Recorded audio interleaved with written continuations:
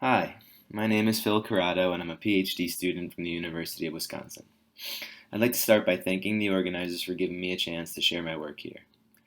My project is on the use of deep learning-based segmentation for automated left and right ventricular 4D flow post-processing. Cardiac 4D flow MRI allows for comprehensive assessment of intracardiac blood flow. Some markers of ventricular function are kinetic energy and ventricular flow components, which trace blood flow path lines through the cardiac cycle and divide end diastolic volume into four components. There's direct flow, which enters and leaves the ventricle in one cycle, retained inflow, which enters the ventricle and remains until the following cycle, delayed ejection flow, which starts in the ventricle and is ejected in the analyzed cycle, and residual volume, which starts and resides in the ventricle for one or more cardiac cycles. However, post-processing of cardiac 4D flow images requires time-consuming and observer-dependent ventricular segmentation, which is challenged by the lack of temporal dynamics if time-averaged images are used, or by acceleration artifacts and low CNR if time-resolved images are used.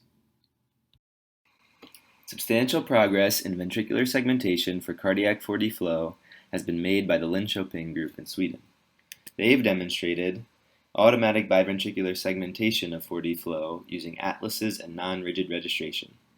However, this method requires long computation times and is 4D flow protocol dependent, making it hard to use across institutions.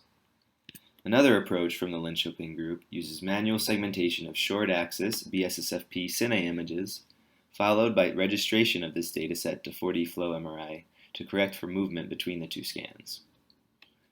While this approach is not dependent on the 4D flow protocol, it still requires time-consuming and observer-dependent manual segmentation.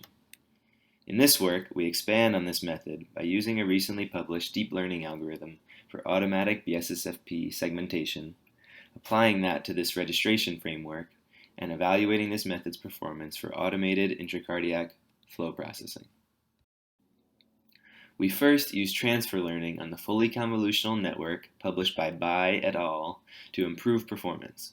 That network was originally trained on images from the UK Biobank database, and we fine-tuned the weights with 42 cases scanned at our institution. Then we tested the network on 14 subjects. Both ventricles were segmented by the network and by 2 human observers. We evaluated the use of these segmentations to extract ventricular hemodynamic parameters from 4D flow MRI and graphed the impact of each segmentation on resulting hemodynamic measurements using Bland-Altman analysis, with observer 1's manual segmentation as the ground truth. We used each segmentation for 4D flow analysis on 14 test cases as follows. We started with 2 image sets, 4D flow and short-axis cine bSSFP.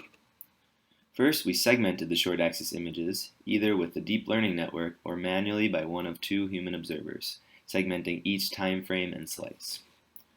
Next, we registered the short-axis images to the corresponding 4D flow dataset with a 3D to 3D rigid registration on the time-averaged images. Finally, we applied the time-resolved registered ventricle masks to velocity images to extract kinetic energy and flow compartment measures from each ventricle. In the test set, the network had higher dice coefficients than observer 2, meaning the ventricular segmentations of the network overlapped more with observer 1's segmentations than observer 2's did. This is likely because observer 1 segmented the 42 local training cases, so the network learned the tendencies of observer 1 in subjective, difficult to segment areas such as the RV outflow tract. When those segmentations were applied to 4D flow images, we saw that minor differences between the segmentations, such as the one highlighted by the yellow arrow here, often had minimal impact on mass kinetic energy maps extracted from the segmented 4D flow images.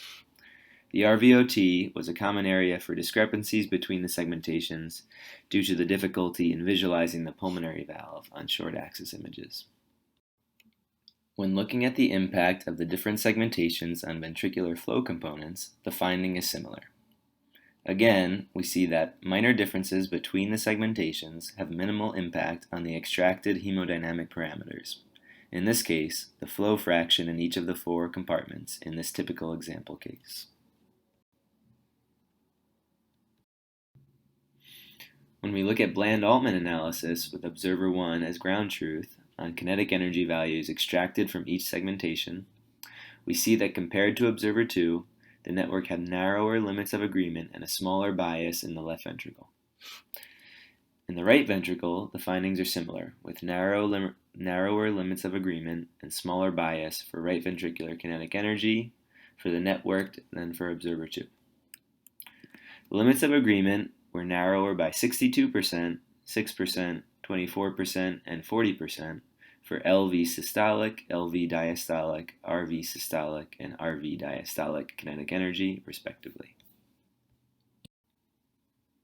When we look at Bland-Altman analysis of flow components, we see that the network had narrower limits of agreement and a similar bias in the left ventricle than observer 2 did. The network's limits of agreement were narrower by 26% and 29% for LV direct flow and residual volume, respectively. In the right ventricle, the biases were similar for the network and observer 2, but the limits of agreement are slightly wider for the network than for observer 2. These limits of agreement were wider by 50% and 6% for RV direct flow and residual volume, respectively. Overall, we find that the network had similar limits of agreement and biases as observer 2 did when computing flow components. We conclude that deep learning segmentation networks trained on large databases can be effectively fine-tuned on smaller local datasets to account for differing scanners and protocols.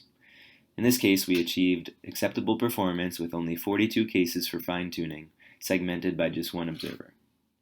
We also conclude from this data that the proposed method can be used to speed up intraventricular 4D flow post-processing and improve inter-observer repeatability. Thank you for listening, and I'm happy to answer any questions.